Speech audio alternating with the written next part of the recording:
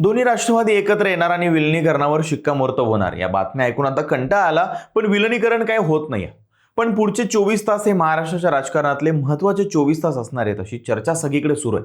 त्याचं कारण म्हणजे काल शरद पवार आणि जयंत पाटील यांच्यामध्ये एक बैठक झाली, ज्यामध्ये विलिनीकरणाच्या मुद्द्यावरती खलबत झाली असं म्हटलं गेलं.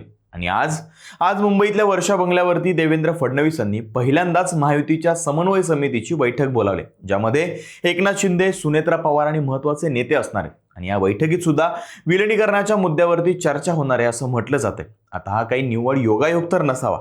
कदाचित दोन्ही राष्ट्रवादी एकत्र आल्या तर फडणवीसांचं टेन्शन वाढू शकतं आणि म्हणूनच त्यांनी ही बैठक बोलावली आहे का? आणि खरंच आज रात्रभरामध्ये दोन्ही राष्ट्रवादी एकत्र येण्याची बातमी मिळू शकते का? आणि याने नक्की कोणाचा फायदा आणि कोणाचा तोटा या संपूर्ण प्रकरणावर पुढचे काही मिनिटं बोलणार आहोत. नमस्कार, मी शुभम गोरे आणि तुम्ही पाहताय कट टू कट. अजित पवारांच्या अपघाती निधनानंतर दोन्ही राष्ट्रवादी काँग्रेस एकत्र येणार अशा चर्चांनी जोर धरला.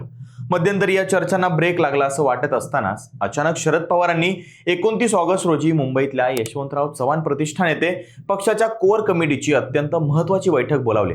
या बैठकीमध्ये विलिनीकरण करायचं का, एनडीए बाबत काय भूमिका घ्यायची, की महाविकास आघाडीमध्येच ठाम राहायचं याचा अधिकृत फैसला होणार आहे अशी माहिती आहे. या बैठकीपूर्वी घडलेल्या दोन महत्त्वाच्या घटना म्हणजे पार्थ पवारांची सिल्वर ओकला शरद पवारांच्या सोबत झालेली भेट आणि कालची जयंत पाटील आणि शरद पवार यांची झालेली भेट. अजित पवारांचे पुत्र पार्थ पवार यांनी शरद पवारांची भेट घेऊन तासभर चर्चा केली. या भेटीनंतर पार्थ पवार पक्षांतर्गत बैठकांचा धडाका लावत अधिक आक्रमक मोडमध्ये दिसले. तर रविवारी म्हणजेच काल रात्री शरद पवार आणि जयंत पाटील यांच्यामध्ये एक अत्यंत महत्त्वाची बैठक पार पडली. अजितदादांच्या अपघाती निधनानंतर पक्षाची झालेली राजकीय अवस्था आणि आगामी काळामध्ये दोन्ही गट एकत्र आणून राष्ट्रवादी हा मूळ ब्रँड कसा मजबूत करायचा यावर प्राथमिक आराखडा तयार झाल्याची माहिती सूत्रांनी दिली. या सगळ्या घडामोडी फक्त योगायोग नक्कीच नाही. शरद पवार आणि जयंत पाटील यांच्या बैठकीची बातमी बाहेर येताच मुख्यमंत्री देवेंद्र फडणवीस यांनी तातडीनं हालचाली सुरू केल्या. आज संध्याकाळी 7 वाजता मुख्यमंत्र्यांच्या वर्षा या अधिकृत निवासस्थानी महायुतीच्या समन्वय समितीची हाय व्होल्टेज बैठक बोलवण्यात आली. देवेंद्र फडणवीस यांनी याआधीच विलिनीकरणाच्या चर्चांमधील हवा काढून घेण्याचा प्रयत्न केला होता. अजितदादांनी आपल्याशी विलिनीकरणाबाबत कोणतीही चर्चा केली नव्हती असं स्पष्ट करत फडणवीसांनी या चर्चांना इकोसिस्टीमचा संभ्रम असं म्हटलं होतं. पण आजची बैठक का महत्त्वाची आहे तर मुख्यमंत्रीपद स्वीकारल्यानंतर फडणवीस पहिल्यांदाच महायुती समन्वय समितीची बैठक घेतात आणि त्याचं अध्यक्षस्थान भूषवतात. दीर्घकाळापासून रखडलेली शासकीय महामंडळं, जिल्हा नियोजन समित्या आणि राज्यपाल नियुक्त 5 आमदारांच्या जागांचा निर्णय या बैठकीमध्ये अपेक्षित आहे. पण या सगळ्याच्या मुळाशी दोन्ही राष्ट्रवादी यांच्या विलिनीकरणावर सुद्धा चर्चा होण्याची शक्यता आहे. कारण जर दोन्ही राष्ट्रवादी एकत्र आल्या तर महायुतीतील भाजपचं वर्चस्व आणि सत्ता समीकरणं बिघडू शकतात. त्यामुळेच देवेंद्र फडणवीस या विलिनीकरणाच्या मार्गामध्ये राजकीय आडकाठी आणतायत का असा प्रश्न उपस्थित होत आहे. जर दोन्ही राष्ट्रवादी काँग्रेस खरोखरच एकत्र आल्या तर देवेंद्र फडणवीसांना त्याबद्दल काय अडचण आहे? तर महायुतीमध्ये आज भाजप सर्वात मोठा पक्ष आहे. जर दोन्ही राष्ट्रवादी एकत्र आल्या तर विधानसभेतील आणि संसदेतील त्यांचं संख्याबळ वाढू शकतं. चिन्ह पुन्हा एकाच ठिकाणी येऊन थांबू शकतं आणि यामुळे महायुतीवर आणि राज्य सरकारवरती शरद पवारांचा प्रत्यक्ष प्रभाव वाढू शकतो. कारण किती नाही म्हटलं तरी दोन्ही राष्ट्रवादी एकत्र आल्या तर शरद पवारांची ताकद पुन्हा वाढणार आहे आणि शरद पवारांची वाढती ताकद फडणवीस यांना सरकार चालवताना प्रत्येक निर्णयावरती बार्गेनिंगचा सामना करावा लागू शकते. त्यामुळे हे सगळं देवेंद्र फडणवीसांच्या शैलीला मोठा धक्का ठरू शकतो. म्हणूनच जेव्हा जेव्हा संधी मिळेल तेव्हा तेव्हा देवेंद्र फडणवीस दोन्ही राष्ट्रवादीच्या एकत्रित येण्याला विरोध करताना दिसतात किंवा तो विषय डावलून अजितदादा असं कधी म्हणालेच नव्हते असं बोलताना दिसतात. देवेंद्र फडणवीस यांचा या विलिनीकरणाला विरोध करण्याचा अजून एक अजेंडा असा असू शकतो की जर दोन्ही पवार कुटुंब एकत्र आलं तर त्यातून सत्तेचं केंद्र बदलू शकतं. म्हणजेच दिल्ली दरबारी पवार कुटुंबाचं वजन वाढू शकतं.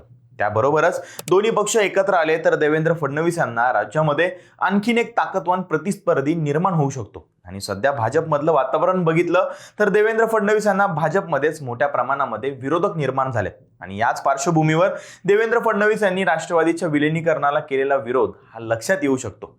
याच्या बाबतीत अजून एक अँगल असा सांगितला जातोय की मागच्या काही दिवसांमध्ये राष्ट्रवादी अजित पवार गटामध्येच पार्थ पवार आणि सुनेत्रा पवार विरुद्ध प्रफुल्ल पटेल आणि सुनील तटकरे असा एक गट तयार झाल्याचं राजकीय वर्तुळामध्ये बोललं जात आहे. याचा अर्थ सुनेत्रा पवार आणि पार्थ पवारांना डावलून हे दोन मोठे नेते आपलं राजकीय वर्चस्व वाढवण्याच्या तयारीत होते किंवा ते अजूनही आहेत. याचा शरद पवारांना त्रास होत असावा. कारण किती नाही झालं तरी राष्ट्रवादीची सत्ता ही पवार घराण्याच्या हातात असावी अशी शरद पवारांची नेहमीच इच्छा होती आणि ती नेहमीच राहील सुद्धा. त्यामुळेच पटेल आणि तटकरेंचं वाढणारं वर्चस्व बघता शरद पवारांनी दोन्ही राष्ट्रवादी एकत्रित आणण्याची खेळी खेळली असावी का असा प्रश्न निर्माण होतोय. कारण पटेल तटकरे हे दोन्ही नेते फडणवीसांसोबत एकजुटीने राहणार आहेत, त्यांना विरोध न करणार आहेत. त्यामुळे आपल्या मर्जीत असणाऱ्या पक्षाला दुसरं कोणीतरी घेऊन जातंय हे कदाचित देवेंद्र फडणवीस यांना बघवत नसावं आणि म्हणूनच त्यांनी तातडीची ही बैठक बोलावलेली असावी. या सगळ्यामुळे मात्र उपमुख्यमंत्री पदावर असलेल्या सुनेत्रा पवारांना भाजपच्या दबावात राहायचं की शरद पवारांच्या छत्रछायेखाली परतायचं असा मोठा पेच निर्माण झालाय. मागच्या काही दिवसांमध्ये सुद्धा बऱ्याच घडामोडी घडत होत्या, पण सुनेत्रा पवार मात्र या सगळ्यापासूनच अलिप्त राहिलेल्या बघायला मिळाल्या. कारण दोन्ही राष्ट्रवादींचं विलनीकरण झालं तर सुनेत्रा पवारांचं आणि पार्थ पवारांचं वर्चस्व कमी होऊ शकतं. दुसरी गोष्ट, जर विलनीकरण झालं तर दोन्ही गट एकत्र आले आणि शरद पवारांची भूमिका जर एनडीए विरोधी राहिली तर अजित पवार गटाला सत्तेतून बाहेर पडावं लागेल किंवा मग भाजप सोबतचे संबंध धोक्यात येतील. सुनेत्रा पवार यांच्या राजकीय भविष्यावर आणि पक्षातील त्यांच्या स्थानावरती यामुळे प्रश्नचिन्ह निर्माण होऊ शकतं. त्यामुळे पावसाळी अधिवेशनानंतर शांत वाटणारं राजकारण आता हिवाळी अधिवेशनापूर्वीच पेटलेलं बघायला मिळतंय. एकीकडे एनडीए प्रवेशाच्या चर्चा रंगत असताना सुप्रिया सुळे आणि पक्षाचे नेते या चर्चा फेटाळताना दिसतात. जयंत पाटील विनोद तावडेंची भेट असो किंवा मग पवार आणि मोदींची भेट असो, पडद्यामागे अनेक धागेदोरे विणले जात आहेत. तर कधी या सगळ्या चर्चा वायफळ असून आम्ही विरोधक ताकदीनं लढणार असं शरद पवार म्हणताना दिसतात. त्यामुळे नेमकं काय घडणार आहे असा प्रश्न निर्माण होतोय. फडणवीसांच्या या रणनीतीवर शरद पवार काय तोडगा काढतात आणि 29 ऑगस्टच्या बैठकीमध्ये कोणता राजकीय स्फोट करतात यावरती महाराष्ट्राच्या हिवाळी अधिवेशनापूर्वीचं राजकारण अवलंबून असणार आहे. दोन राष्ट्रवादी एकत्र आलेल्या तुम्हाला आवडतील का, की दोन्ही पक्षांनी आपापलं स्वतंत्रच राहावं? कमेंट्समध्ये आम्हाला नक्की सांगा आणि अशाच राजकीय विश्लेषणांसाठी कट टू कट या यूट्यूब चॅनलला सबस्क्राईब करायला विसरू नका.